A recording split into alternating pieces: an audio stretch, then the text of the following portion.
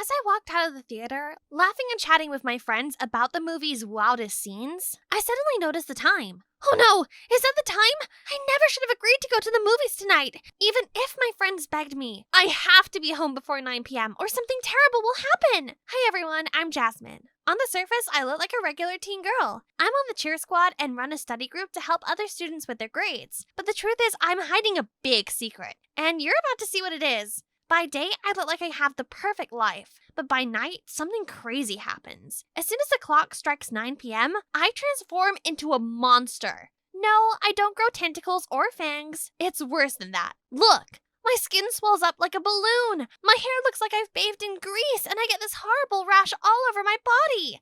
It's so itchy. The only thing that soothes it is this cream, but it makes me look like a smurf. My condition has impacted my entire life. I can't go to sleepovers or parties, and I've never been on a date. The guy I had a crush on since middle school was Marlon. He was sweet, athletic, and totally my type. But because of the awful condition I live with, I had to turn down his invitation to go out at night, even though my heart screamed yes. Since then, Marlon hasn't looked my way once. Sometimes I feel like life has already decided that happiness just isn't meant for me.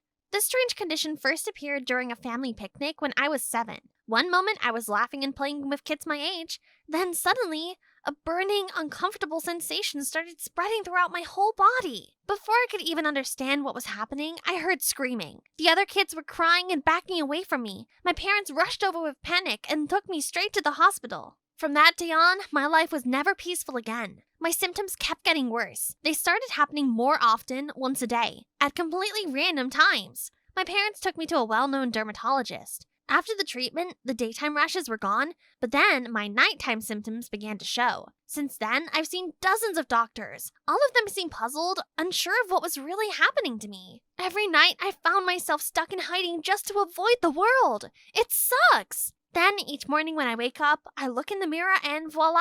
I'm back to the perfect me again. My symptoms disappear completely. At least I could try and forget about it at school, right?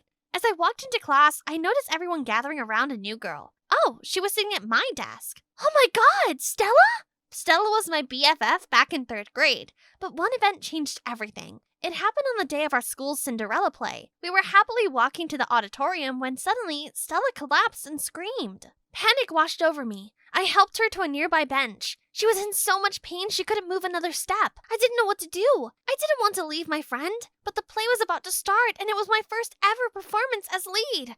I can't let everyone down. I borrowed a lady's phone and left a voicemail message for Stella's parents to come pick her up, and then ran off to make it in time. The performance went amazingly and I'd become the star of the school. But deep down, all I could feel was worry for Stella. The next morning at school, I saw Stella sitting in a corner with her leg wrapped tightly in bandages. I rushed over to her, filled with worry and guilt, but she greeted me with cold silence. You chose that stupid play over me and left me behind. You're a terrible friend. I'll never forgive you. Stella never spoke to me after that. Then, a few months later, her family moved away and she transferred to another school. Now she was back and glaring at me with that same hateful look. I went and sat at a different desk and tried not to make eye contact with her. Brr, talk about frosty. I didn't blame her. Deep down, I still felt guilty about what happened too. I thought if I just stayed out of Stella's way, it would be okay. Wrong. Taking my desk was just the start. Next up, I walked into cheer practice to see Stella standing in my spot and showing the others her best cheer moves. I went over to Kim, the cheer captain, and said,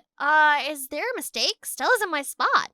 No mistake. You missed the last 2 practices, so you're off the team. Stella has your spot now. What? This was so unfair! When I looked at the notice board, it said the practices were canceled. Thinking about it, Stella had been hovering around the notice board when I looked. She must have been behind this. Then, when I tried to arrange my study group, the students told me it was taking place that evening at 8:30 p.m. at Stella's house. I couldn't go to a study group that late. I'd never get home in time. I tried talking to Stella about this while she was sorting out her locker, but she just smirked at me. Get over it, Jasmine. I'll do what I want. Just like you did. I was about to apologize for the past, but then I saw Marlon walking toward me. He was wearing a blue shirt that complemented his eyes, and he looked so dreamy. Stella, I'm sorry about...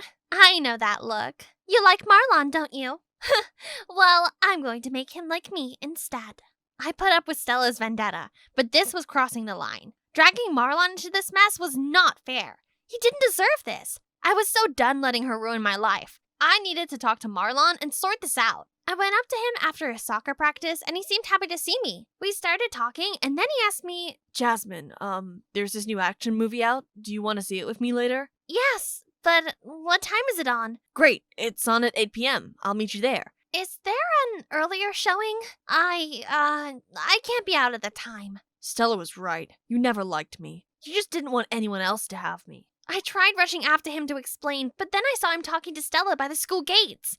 I couldn't compete with someone who could stay out as late as they wanted. Taking my spot on the team wasn't enough. Stella even wanted to steal Marlon from me, but that still wasn't the worst part. The next morning, when I walked into class, I suddenly noticed strange looks being thrown my way. Those mocking, sneering expressions made me feel completely uncomfortable. I walked up to them and snatched the phone from my classmate's hand. What I saw left me completely stunned. It was a photo of a leg wearing an electronic ankle tag with a caption, "This is the real reason Jasmine never stays out after dark. She's a shoplifting criminal. Thief, give me my phone back." What? I'm not a thief. I was sure Stella was behind all of this. I wasn't going to put up with it any longer. So I decided to confront her and make everything clear. Why did you make up lies about me? What's wrong, Jasmine? Don't Mommy and Daddy let you stay out late? Yes. No, I can go out when I want. Prove it. Come to Kim's party later. But you better not steal anything. And the whole group started laughing out loud. I didn't have much of a choice. If I didn't go to Kim's party, then everyone would think the rumors were true. But if I did go and didn't leave in time, they would see the real me. I just had to make sure I left well before that happened. I arrived at the party at 8 p.m., figuring I just needed to show my face and then this would stop the rumors.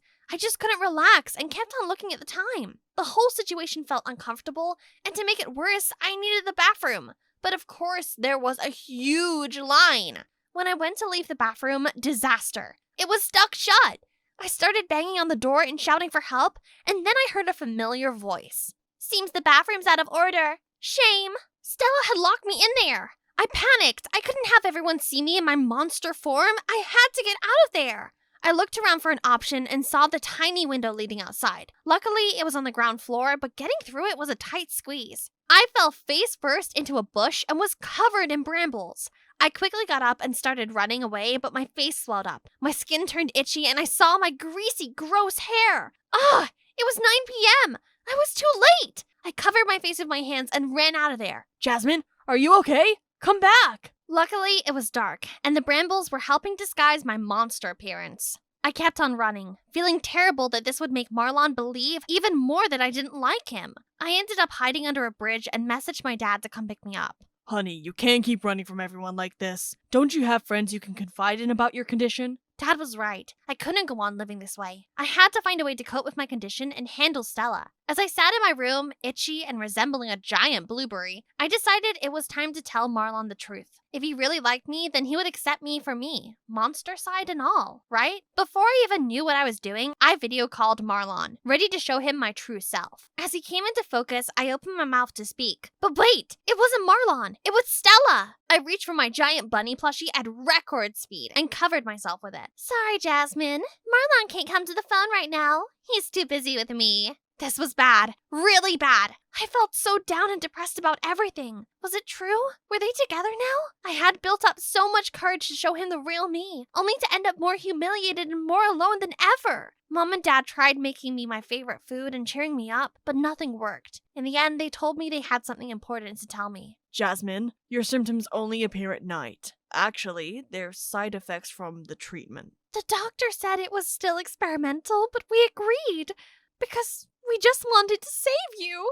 You're all liars! I felt so betrayed by them that I stormed out of the house, even though it was 10 p.m., and I looked like a monster. I'd walked 10 blocks when my anger faded and my panic set in. I needed to get home and hide before anyone I knew saw me. I saw our car slow down next to me and tried to walk quickly. The window rolled down, and to my horror, I saw Stella's smug face peering at me. Ew, you look gross. What's wrong with your face? Guess this is payback for leaving me on the side of the road so you could shine a Cinderella. Look at you now. You're an ugly stepsister. I fought back tears as I carried on walking. I didn't want to say anything to Stella. I just wanted to get home. Get in, Jazz. Let's go somewhere we can talk in private. When I glanced at Stella, she was scowling. Her face twisted with anger as she watched our car drive away. Marlon took me to this beautiful, secluded lake. Even though I looked like a mess, he sat beside me and listened as I opened up about everything. My condition, the reason I kept my distance, and the messy fallout with Stella that turned her against me. Jasmine, you were a kid who made a tough choice. Stella has no right to treat you the way she does.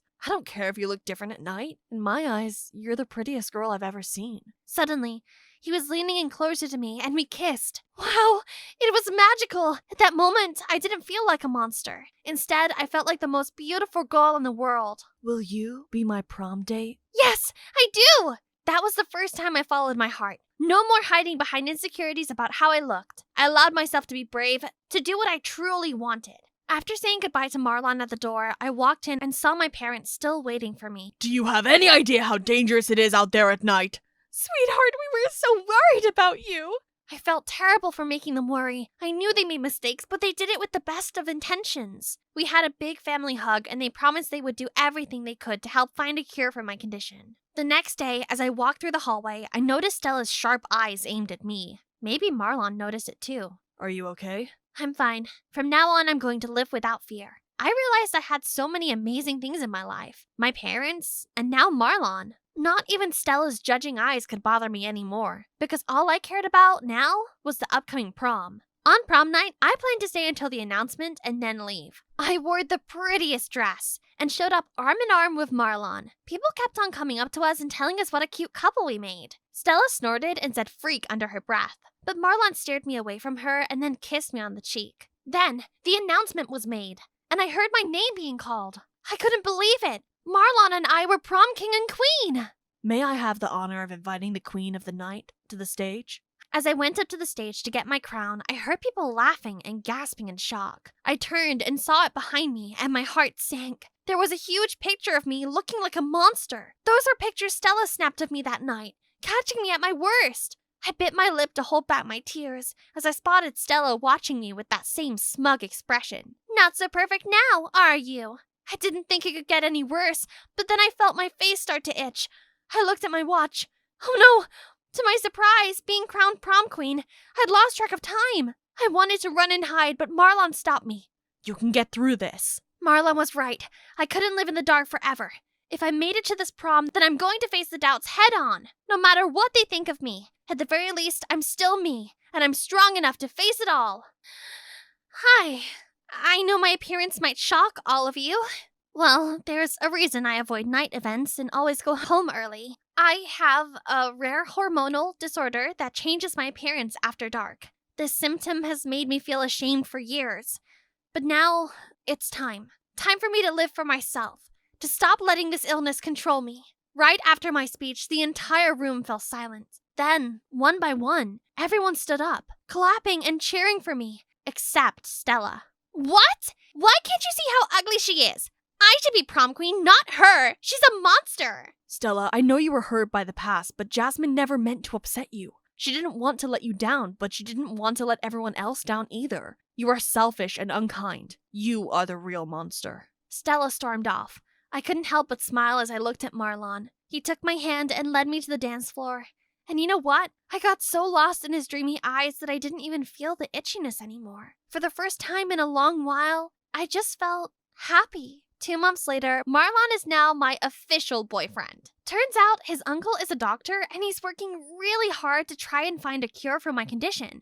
But honestly, cure or not, I'm happy. I have an amazing family and boyfriend who loves me just the way I am. Since that prom night, Stella has disappeared from my life. I did want to be her friend, but I guess there were things inside her she still couldn't let go. And me? I learned how to grow from my mistakes. I learned to love myself, even with the strange illness I live with every day. I was in my room, humming to the latest Harry Styles song and preparing gifts for my new classmates. Balenciaga? Nope. Too cheap. Gucci? Louis Vuitton? Before I could make a decision, my dad barged in. Sally, why did you give money to that scammer? He's poor, Daddy. And? Okay. He said his mom wrote Baby Shark, and you know I like that song. Dad was always nagging me, but she did write the song, right? Anyway, I'm Sally Mayers, the youngest daughter of Frederick Mayers, the CEO of the super successful agency Modeling Sync. I I suppose you'll say my life was extravagant, but hey, sharing with others isn't extravagant. Daddy says I should stop worrying about handbags and intern at his company. But how will a hot young thing like me slave away in a boring job, huh? So I moved out and was on the search for my calling in life. And my Prince Charming. One day, I was out shopping when, bump, our eyes met. And I didn't know if it's because of the fall or not, but I felt dizzy seeing his angel face. Then suddenly, he leaned toward me and stole my first kiss. Sorry about that. I haven't paid my rent, so I couldn't let my landlord see me. And kids, that's how I met your father. Not yet, but soon to be anyway. A cute guy falling in my arms had to be fate, so I invited him to live in my house while he earned enough to pay his rent. His name's Robert, and he's handsome, a great cook, and he adores animals. He's practically perfect. Except for his mood swings. Sometimes before going out, he'd be making me my favorite oat milk lattes and checking I'm okay. But when returning home, he'd just slump on the couch and order me to make him sandwiches. But hey, even soulmates had the occasional hiccup. I told Daddy and my sister, Mia, how perfect he was, but they were both so negative. Destined lover or a gold digger? If this boyfriend of yours is so perfect, then where is he? And, actually, they didn't see Robert's face yet. It's just he got camera fright. I desperately wanted to take some couples pictures, but he dodged every time. Babes, this face is only for you. Aw, he was so sweet and super caring. Despite Dad and Mia's disapproval, he still attentively asked about their hobbies and work. He was just perfect. There was nothing to ask more from him. Actually, there was. Come here. Just a secret between you and me. I think Robert's gonna propose to me. These days, he seems fidgeting and nervous. Then one day, Robert asked me to meet him in this expensive restaurant. I was sure this would be it. Gosh, I've dreamt of a wedding with my Prince Charming all my life. Yes, I'd like to be Mrs. Hemmings. Look, he reached into his pocket and pulled out a train ticket. Sally, my dad's just passed away. I need to go back to my hometown for a while. Then he got up and never came back. I searched everywhere for him, but it was as if he'd vanished into thin air. I knew he was grieving, but he didn't have to disappear like that. I traveled to his hometown, but everyone all said that Robert Hemmings had died years ago. So, who was my Robert? Did I really know anything about my soulmate? Could Daddy be right about Robert being a gold digger? Enough of your silliness, Sally. It's time to grow up. I couldn't go against Dad anymore. I had to go back home and work at the agency. At least I had Mia here. But no, I barely ever saw her. She was really too busy being head of the marketing department to come see me. I felt so lost and wasn't enjoying the job at all. Worst of all, I was still missing Robert so badly that I kept making silly mistakes. Everyone was so mad at me. If only Robert was here, he'd cheer me up. One day, Mia asked me to deliver some outfits for a photo shoot. I arrived to see the shoot was already underway. Snap that camera, darling, while I'm still young. Boy, oh boy, that dude was sure full of himself. My curiosity poked out and I tried to sneak a peek at him, but when I saw who one of the models was, I dropped the clothes in shock. OMG! It was Robert! I charged through the group of people and wrapped my arms around him. Robert! Where have you been? I've been looking for you everywhere! But he pushed me away. Get off me! Who are you? Why are you all over me like a rash? I don't know you. What? But I'm your girlfriend. Hey, you wish. Line up first. Easy there, Tiger. This is Henry, our hottest new model. Henry who? I had no idea what was going on, so I pulled Mia outside. Mia, he looks identical to Robert. Not every guy is your ungrateful ex. It's not uncommon for people to look similar. Your infatuation for Robert is making you imagine things. That might be true. She talked with me for a while, then put me in charge of the shoot for her. But I couldn't brush off Robert's image on that Henry guy. Then overheard some whisperings. Henry might be a newbie, but in the last month, he's had 3 major magazine shoots. Rumor has it, it's down to a secret backer. Something didn't feel right here. So I decided to dive in deeper to solve the mystery of Robert or not Robert. And I easily became Henry's assistant. Early the next morning, I dressed and eagerly ran to Henry's house. Robert usually slept in, so if Henry was Robert, surely he wouldn't have We're late! Huh? Oh, surprise! We're not late, as I changed today's schedule into a charity activity. Then, not letting him have any chance to question, I immediately dragged him to the car. Last night when the sponsor called, I nodded without any hesitation. Just imagine those shiny cheekbones on a soup kitchen flyer for the art and for the community. Only when we arrived at the location, there was just a field full of cows and not a soup can in sight. Did you donate grass to the cows? Stella's so gullible. How do you know I'm gullible? The staff told me. What gives? Then Henry walked, leaving me there with the cows. But wait a minute. Those moves had a little too much sachet. Was Robert that feminine before? So how about some of my homemade cake Robert always wolfed down? This is Robert's fave dish, right, Robert? He started coughing and mumbled out that he was so hungry, he would have eaten anything. Sure, Hen. So, let's see what excuses you would make in the cooking show, Chef. Your excellent cooking skill is going to give you away, dear Robert. Keep up the great act, then. But my smile faded when I saw Henry breaking the pasta in half, mistaking tomato sauce for hot sauce, and setting a pan on fire, causing everyone to run outside in fright. I sure had to do a lot of apologizing to the producers to get out of that one. I didn't understand why my plan went so wrong. Okay, Robert loved animals. No way he could resist an adorable puppy. So I bought my new dachshund, Cora, into work. But to my surprise, when Cora hurried over to greet him, he's screaming like a banshee and ran along the hallway like being chased by zombies. Is it possible?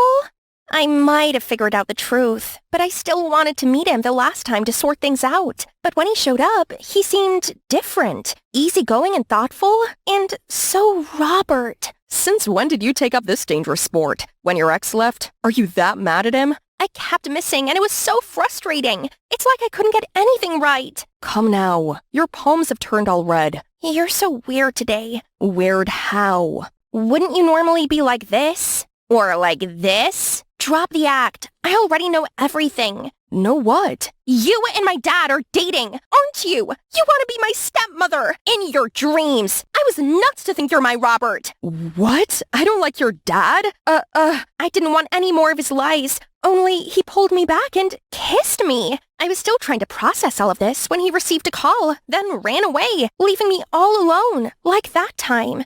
There was no mistaking those lips. He's my Robert. But why did he keep denying it? I needed advice from Mia, but she wasn't home, so I waited in the living room. After a while, the door opened, and I also heard Henry's voice. Why was he here? I immediately hid in the corner, only to see my sister kiss him on the cheek. Henry, my sweet boyfriend. Boyfriend? What? So Dad wasn't Henry's secret backer? It was Mia. But he just kissed me. Was he two-timing me with my own sister? That night, so many thoughts were pecking at my head. So my sister dated my boyfriend? When did they meet? Wait, was that why Robert never wanted to take pictures with me? 'Cause it's more convenient for him to approach Mia? Had he planned everything from the beginning? This hurt so much, but I didn't want to upset Mia. I needed to find out the full details before telling her anything. So at work, I pretended to act normal while cooking up a plan for Henry's upcoming birthday. I knew he was going to brush it off, but I invited all the staff to his place, and of course, he couldn't run anywhere. And his manager, aka me, just accidentally spilled water on him so he'd take his vest off. As predicted, his room key was in his pocket. I went to Henry's room and swiped the card, but it required a password. I had 3 attempts to get this right. I tried Robert's birthday, then mine, but nope. I had one last chance. So, with a shaking hand, I pressed in our anniversary date, and it opened. I rummaged through everything and found a lot of documents about modeling sync. Then I found something else, a photo of him with him? Right at this moment, someone grabbed my shoulder. I turned and saw Robert, but before I could talk, he flashed me his police badge and arrested me for breaking in. He led me into a dark room, and I heard talking outside. How dumb of you to use your anniversary as the password. Then Robert barged into the room, followed by another Robert? The truth's out anyway. That's the Robert you're looking for, and his real name is Travis, and I'm Edward, not Henry. We're undercover cops investigating your father. Turned out, Travis was asked to approach me as Robert first, and his brother Edward sometimes filled his place when he was busy. That's why Robert's temperament was so hot and cold. But we couldn't anticipate that this kid would actually like you. Love is strictly forbidden in our job, so Robert had to go. So I created Henry and approached the suspect's other daughter to continue the mission. That was the plan until my simp brother went to see you without telling me. So, the one who kissed me was... It was me. I just really wanted to see you. This is crazy! But why my dad? What did he do? Edward revealed that he suspected modeling Sync was a front for human trafficking, and my dad was the brains behind the operation. No way! My daddy is a good man! Edward, he was always kind to you, wasn't he? People only show you the version they want you to see. Even this silly boy fooled you. What makes you think your cunning father couldn't do the same? Do you know why he's especially interested in Henry? Because he's his next target. I'm sorry, Sally, but it's true. I know it's hard to hear, but we need your help to stop this. Did my dad really do all these awful things? But that meant my life was a lie. Whether I liked the truth or not, I needed to discover it once and for all. I held my phone in shaking hands and waited for the message, even though I desperately didn't want to receive it. Sticking to Edward's plan, I ran into Dad's office in a panic. Dad, Henry's about to quit. I found a one-way plane ticket to Ontario, and it leaves tonight. What? It can't be. But the message just came. Just like Edward calculated, Edward in his Henry disguise was kidnapped and brought to the port to be tracked. So, it's true. My dad's a criminal. Then the police officers who already surrounded that area will arrest him and... Sally? Dad, why are you still here? Sweetie, it's the middle of the night. Where else would I be but home? Right at that moment, Travis called me. Edward's tracking device indicates he's moving in the opposite direction of the police ambush. I know where he's going. You should go straight there. I asked Dad to drive me there. If Dad wasn't behind it, then it had to be someone who worked directly with the models and knew that Henry was about to leave tonight. The only person who got all three was Mia. We arrived at the same time as Travis and the police. Travis rang the bell, and the door opened on Mia and her minions. What? But we just took him. Sally? Dad? Mia was still as sharp as ever, but still, the police were one step ahead. It's you? Travis reached me first and protected me from her while Edward pulled me aback. You tricked me! We have literally everything. Why did you have to go down this route? You're always Dad's favorite, while I've always been a spare part. I put my blood, sweat, and tears into modeling Sync, yet one day it will be all yours. I'd rather burn and ruin the agency I've worked so hard for than see it in others' hands. No, you got it wrong. I love you both. They arrested Mia and found the kidnapped models. What Mia did was wrong, but she was still my sister, so Dad and I visited her in prison. Mia, I'm sorry for everything. I thought you were stronger than Sally, and when Mom passed away, that she needed me more than you did. I know it's late, but I promise I will make it up to you. As we left, I saw Edward and Travis. Then Travis pulled me aside, apologizing for using my feelings to aid their investigation. I still love Travis, but I couldn't get over that. He deceived me, and I wasn't going to let anyone treat me like a gullible fool ever again. So I quit my job at the company and decided to leave my comfy, overprotected nest to experience the real world. After everything that had happened, I maintained my own belief that after the storm, the sun always comes up. I studied abroad, participated in multiple charity organizations, and became a teacher in remote areas. And one time, while I was teaching in a remote jungle location, I bumped into a familiar face. Don't worry, I'm not running into you again this time. I was chewing popcorn watching my favorite channel with my bestie Diana when I heard Juliana's screeching voice. Cheryl!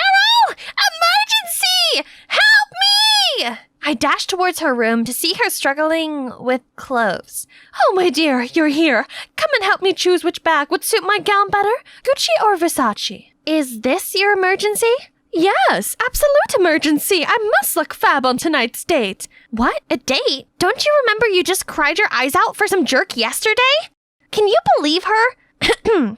Sorry, I forgot to introduce myself. Hi, I'm Cheryl, living in New York. And that's Juliana, my aunt. My parents passed away when I was little. Since then, Juliana moved in and became my guardian, as per their will. She was funny and expected to make good company in this huge house, but most of the time she wasn't around. The only time she sat down with me was... I just bought him a brand new Bentley to walk his dog the other day, but the next day he immediately dumped me. He said he wanted to share my burden, but seeing how heavy my 20-carat diamond necklace is, he stole it and ran away. My auntie always loved with all her heart, only her taste in men really needs some fixing. as you can see, all gold diggers. But for some reason, she refused to see those red flags and still hooked on them like a crazy bull. And inevitably, her long list of heartbroken stories keep getting longer and longer. Recently, Juliana met someone new and dined out every day. But you know how it's gonna end.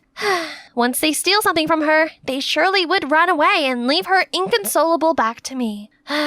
Actually, I've once dated a guy like that. But of course, I'm not easy to deceive like Juliana. Once I sensed something fishy about that guy, I kicked him in his butt right away. That's why it's my first and also my only relationship I've been in. But no big deal. I have my bestie Diana. She might look timid, but really reliable. She knew everything about me.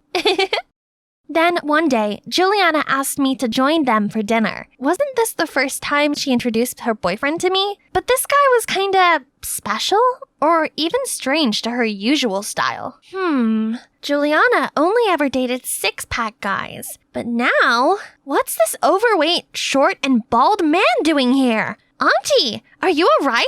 But the real bummer was he brought along his son, who also happened to be Andrew, my freaking gold digger ex.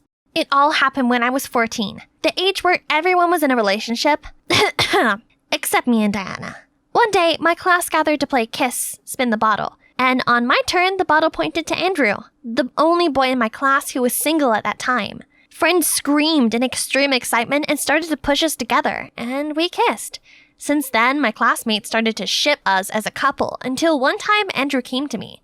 Hey, you don't have a boyfriend. I don't have a girlfriend. Why don't we become an item? Our friends seem to like it too. Stupid offer, right? But 14-year-old me thought it's a good idea to join the dating circle like my friends after all. I mean, being the only single girl really sucked. And he surely got a look and would make a good match with me. So I agreed. And we became official and did what other couples do, from holding hands to public kissing. Andrew turned out to be a good acting partner. And it was quite fun, to be honest. Except for those moments where I wish I could just end his life.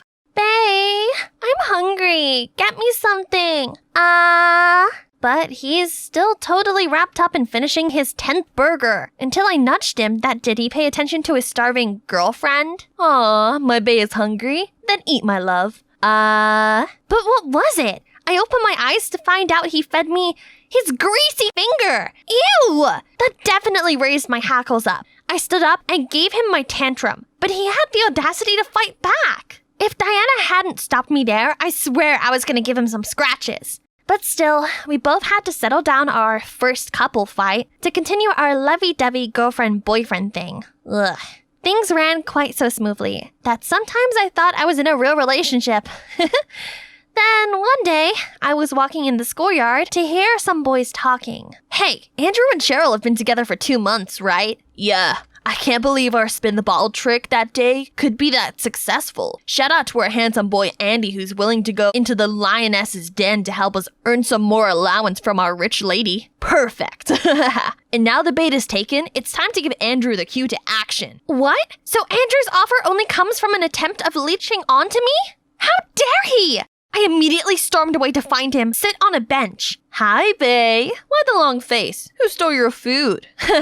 Drop your act. I know you're just a gold digger. What gibberish are you talking about? I don't know what's going on with you, but don't put it on me. He still had the guts to deny it and even dared to go berserk at me. We're over. Not long after, he moved to another city with his family. Good riddance. And from that moment, I said no to boys, as they only come to me for money. I didn't expect to see this jerk again, especially in this kind of situation. I dragged him outside. You have to stoop this low? Couldn't get my money, so now you asked your dad to steal from my aunt? Quit thinking everything has to spin around you just because you have some money. I just want my dad happy and he seemed to like your aunt. I warn you, don't cause any trouble. The next morning, I woke up to the most shocking news ever. Cheryl, Mr. Hardy and I are engaged! The wedding is soon to be decided and 2 families will move in together. What on earth? They've known each other for hardly 2 months and now they're getting married? What? This Hardy guy must have put some kind of spell on Juliana. Wait, so Andrew the jerk, he's my cousin now? No,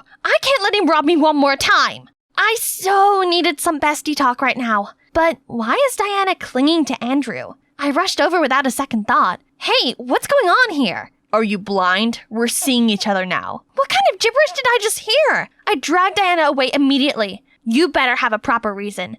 I'm sorry. You know too well what kind of person he is. Why? Can you do me a favor? You and Andrew are living under the same roof now, but can you keep a distance from him? What? Are you for real? You know, I'm a bit insecure. Okay, fine. You worry for nothing anyway. In no scenario do I want to be near him. What's wrong with the people around me? Frustrated, I came home, but to see Andrew's dad in my house. We just moved back to the city, so it's taking more time for our housing contract to settle. So we'll have to live in your place, just for now. Is it okay? Of course, bae. This castle is too big for the two of us anyway. Right, Cheryl? Yeah, how convenient for you, Mr. Hardy. Just move in, and all this house and cars are all yours to use now. And that's how Andrew and his dad entered my life and made it miserable. Every single night, he kept bothering me with a screeching sound that I couldn't stay focused on studying. Stop it or I'm gonna throw away your flute. Pity you can't comprehend art, cousin. Not just that, I had to share a bathroom with him, which now rather turned into his own exhibition of Star Wars obsession from towels, doormats, or even toothbrushes. Literally everything. Ugh.